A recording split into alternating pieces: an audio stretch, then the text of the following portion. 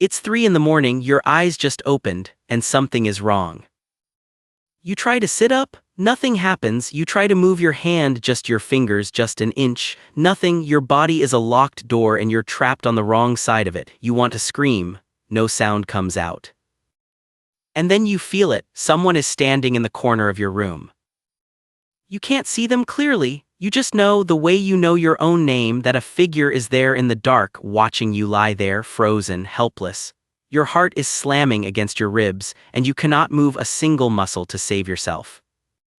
Here's the part nobody tells you. This happens to your body every single night, not the fear, not the figure, the paralysis. Every night while you sleep, your own brain reaches down into your spine and switches your body off completely, deliberately, on purpose.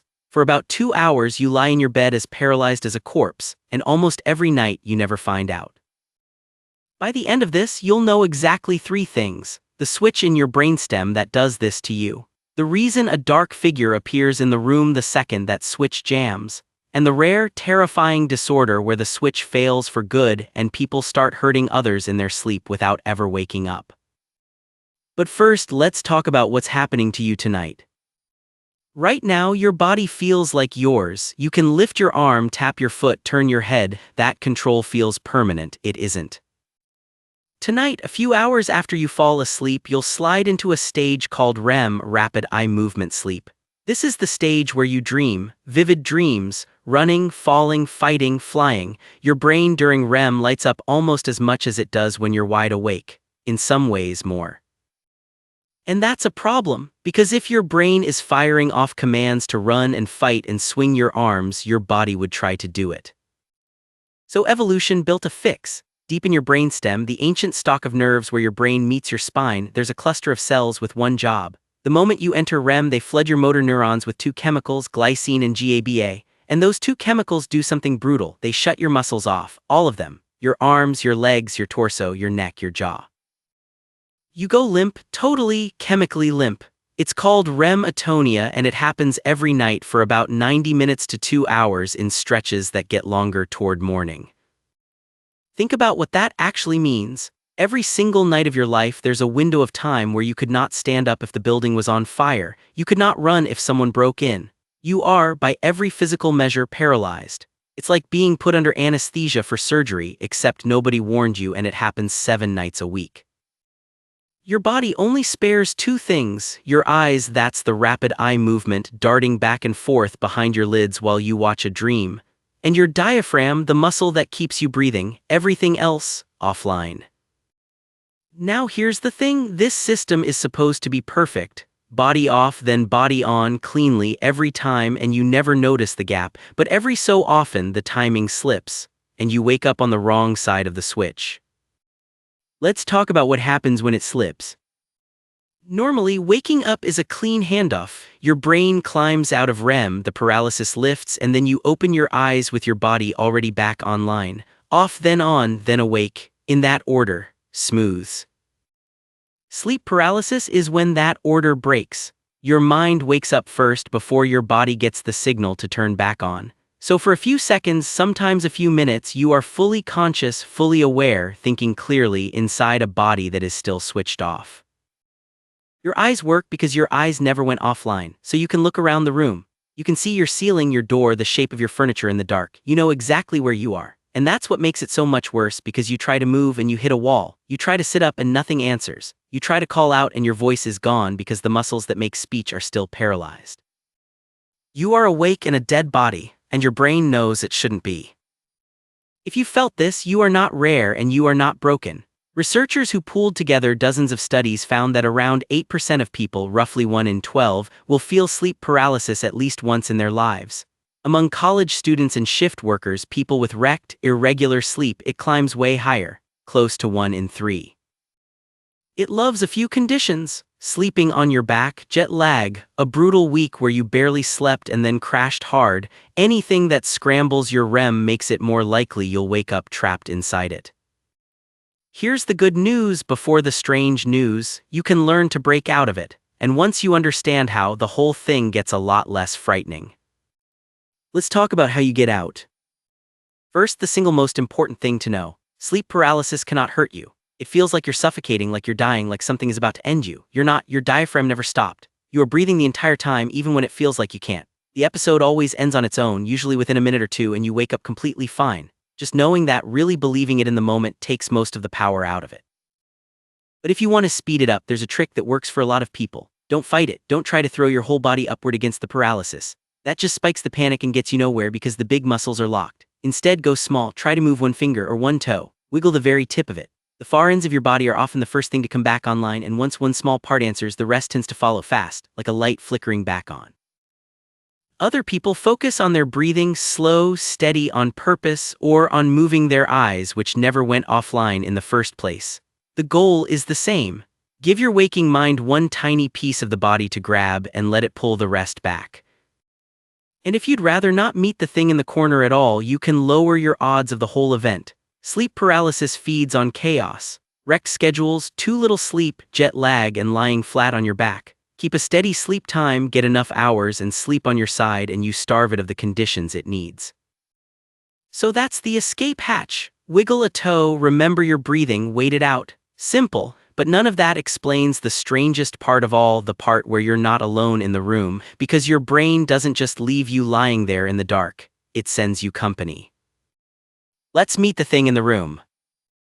Ask people what they experienced during sleep paralysis, and a huge number of them say the same thing in almost the same words. Not "I felt weird," not "I was scared." They say someone else was there. A presence, a figure, a person or a shape standing by the bed, in the doorway, in the corner, watching. Researchers even have a clinical name for it, the sensed presence, and it's one of the most common things people report. You don't always see a detailed face. You just feel with total certainty that you are not alone, that something is in the room with you and it means you harm.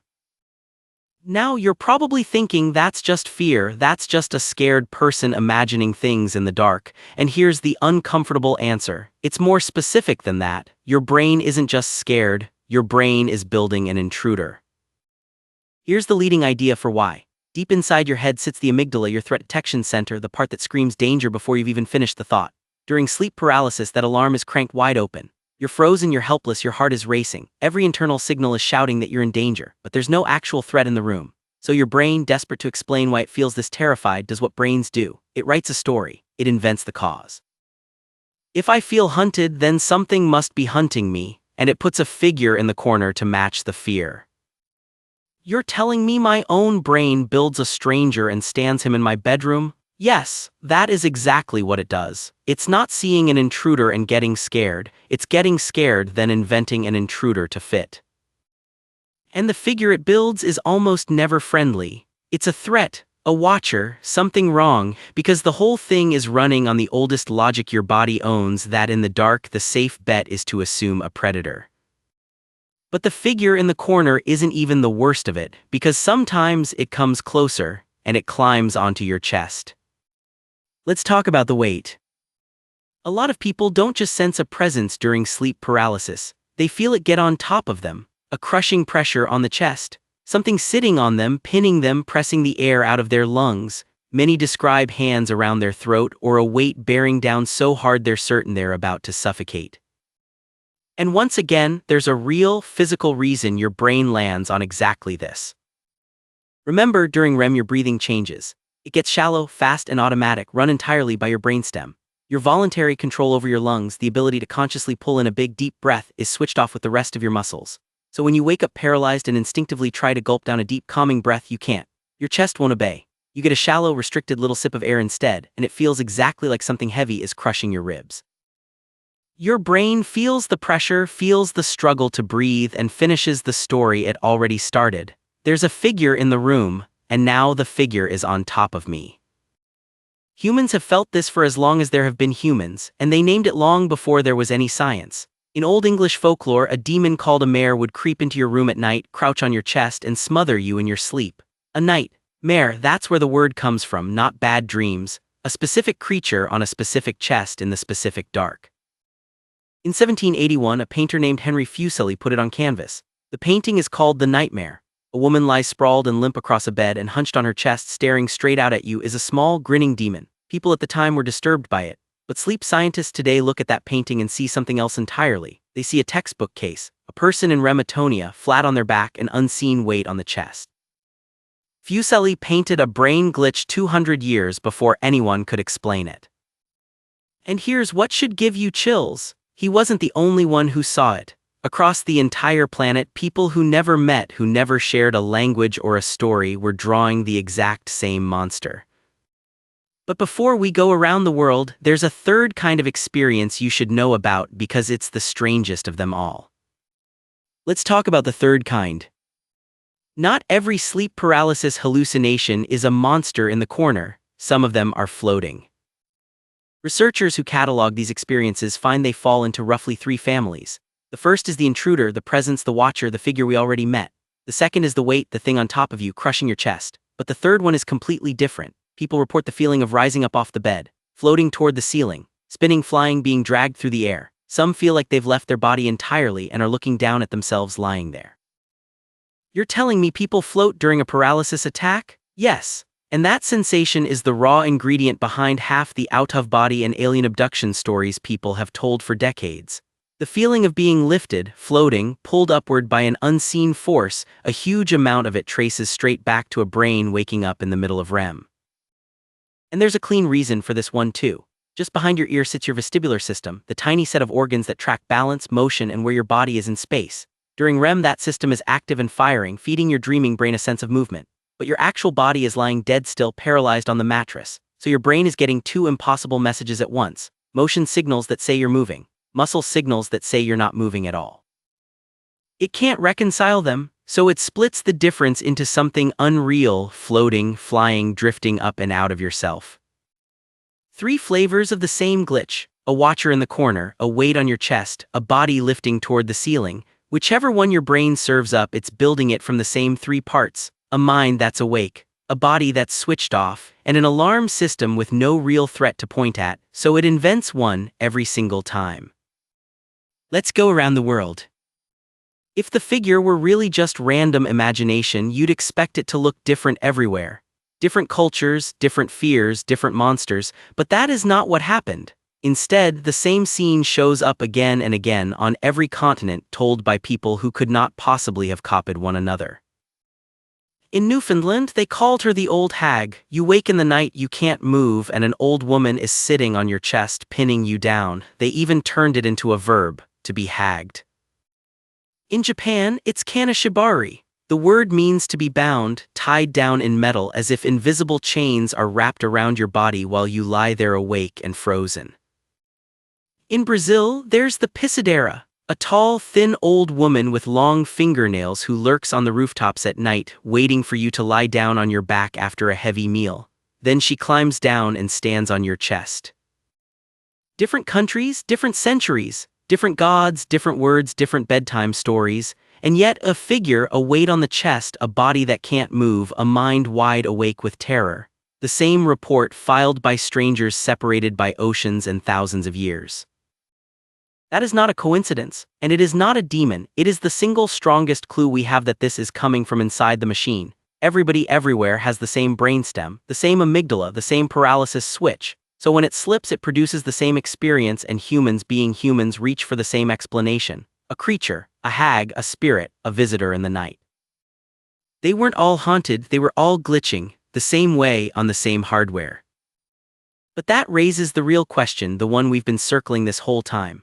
Why would your body ever build a system this dangerous in the first place? Why would evolution take a sleeping, dreaming human and deliberately paralyze them, leaving them helpless in the dark? To answer that, we have to look at what happens when the switch doesn't work at all. And for that, we have to talk about a cat. Let's watch a cat dream. In the 1960s, a French scientist named Michel Jouvet was trying to understand where REM sleep actually comes from inside the brain. So he worked with cats. And he found the exact spot in the brainstem that fires the paralysis, the switch we've been talking about. Then he did the obvious, chilling next step. He disabled it. The cats could still sleep, they could still enter REM, they could still dream. But now, with the paralysis switch turned off, their bodies were free to do whatever their dreaming brains told them to do. So Jouvet watched sleeping cats stand up. He watched them arch their backs, hiss, stalk across the floor, and pounce on prey that wasn't there. Their eyes were closed, they were fast asleep, but their dreaming minds were driving their bodies like a car with nobody at the wheel.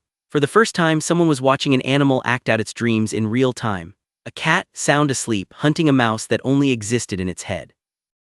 And that experiment told us something enormous. The paralysis isn't an accident. It's the only thing standing between your dreams and your body. Take it away and the dream just spills out into the real world.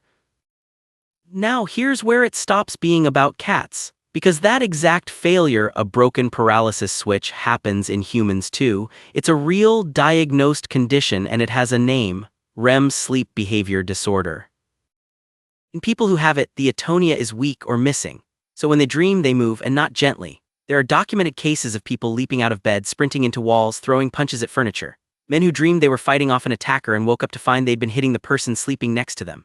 People who have broken bones, shattered lamps, thrown themselves headfirst off the bed, all while completely asleep, all while just having a dream.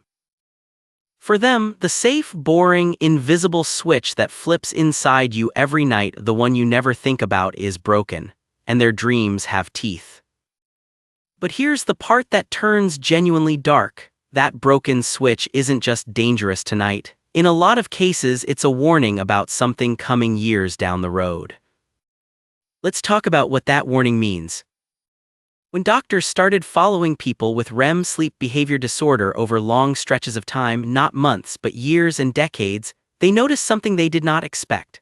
A large number of those patients, in some long-term studies the clear majority, went on to develop a brain disease, Parkinson's, or a related condition called Lewy body dementia. Sit with that for a second. The failure of your nightly paralysis switch can show up years, sometimes more than 10 years, before the tremors, before the memory loss, before any other sign that something is wrong deep in the brain.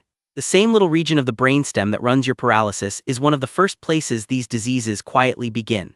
So the switch going bad in your sleep can be the very first whisper of it. Now, this is not meant to scare you if you've had one strange night. A single episode of sleep paralysis is normal and harmless. It just means your timing slipped, nothing more. This warning is about the opposite failure, the ongoing, acting out your dreams kind, and even then it's not a sentence, it's a signal, but it reframes the whole thing, doesn't it? Because we started this thinking the paralysis was the villain, the thing that traps you, the thing that leaves you frozen while a shadow watches from the corner, and it turns out the paralysis is the opposite. It's not the threat, it's the guard. It's the quiet system that stands watch over you every single night, holding your body still so your dreams can't hurt you. And it's so important that when it starts to fail, it's one of the loudest early alarms your brain can send. So it protects you now and it warns you later, which brings us all the way back to the biggest question of all. Why do we even have it? Why would a human body ever need to be shut down and locked in place night after night for millions of years? For that, we have to go back, way back, to a time when falling asleep was the most dangerous thing you did all day. Let's go back, way back. REM sleep is old, really old. It's not just a human thing, it shows up in other mammals, in birds, in creatures whose ancestors split from ours an unimaginably long time ago. Which means the paralysis that comes with it is old too. Your ancestors were being switched off in their sleep long before they were human, long before they had fire or language or a roof. Now picture one of them, 100,000 years ago. No walls, no door with a lock, no streetlight, no alarm, no one keeping watch but the group itself. Just a body on the ground or up in the branches, out in a world full of things with teeth. And every night that body had to dream. Dreaming isn't optional, it's how the brain sorts its memories, wires itself, keeps you sane. But a dreaming brain is a brain firing off commands to run and fight and thrash. And out there in that dark, a sleeper who thrashed was a sleeper who made noise, who moved, who rustled the leaves and gave away exactly where the soft, slow, undefended human was lying. So think about which sleepers survived. The ones whose bodies went silent, the ones who could dream of running from a lion without actually kicking, without twitching, without making a single sound. The paralysis kept them still, still meant quiet, quiet meant hidden, hidden meant alive to see the morning. This isn't a flaw in your design, this isn't your body betraying you, this is the single most protective thing it does, a lock on the door of your dreams, carved by millions of years of ancestors who needed to vanish every night to survive. You feel it as a trap, it was built as a shield. No walls, no fire, no safety, just a fragile animal forced to go unconscious out in the open, kept alive by a brainstem with the sense to hold it perfectly, silently still. That's the answer the title has been holding this whole time. Your body paralyzes you every night because the humans who didn't get paralyzed didn't wake up. You are the descendant of the quiet sleepers, every single one of them. So let's finish the thing in the corner. Why the figure? Why does a helpless, frozen brain all over the world across all of history reach for the same answer: a watcher, a predator, a presence in the dark? For the same reason the paralysis exists. You are the descendant of the paranoid ones. For millions of years, the human who woke in the dark felt a jolt of fear and assumed something was hunting them. That human froze, ducked, survived. The human who felt the same fear and shrugged it off got eaten. So your brain is tuned all the way down to answer fear with a hunter. When it wakes into paralysis and finds terror with no cause, it doesn't stay confused for long. It fills the blank with the oldest thing it knows, a threat in the corner coming for you. The shadow figure isn't a ghost. It's a memory, the fossil of every predator that ever stalked a sleeping ancestor, printed into the wiring of your fear. When you meet it at 3 in the morning, frozen in your bed, you are not being haunted. You are meeting the very thing that kept your bloodline alive. So here's where this leaves you. Tonight you'll lie down, you'll drift off. And a few hours in, without asking your permission, your brainstem will flood your body with 2 quiet chemicals and switch you off: arms, legs, voice, all of it, and hold you there, still and silent, exactly the way it held the first humans safe in the dark. Almost certainly you'll never notice. But if you ever do, if you ever open your eyes at 3 in the morning and find you can't move and something is standing in the corner, now you know what you're looking at. Not a demon, not a ghost, not a hag on your chest, just the oldest guardian you have, caught for one strange moment with the lights still on. Your dreams, your body, your ancient, faithful lock. So tell me, have you ever woken up frozen, unable to move, and was something in the room with you? Tell me what you saw down in the comments. And if this rewired the way you'll fall asleep tonight, you already know where the subscribe button is.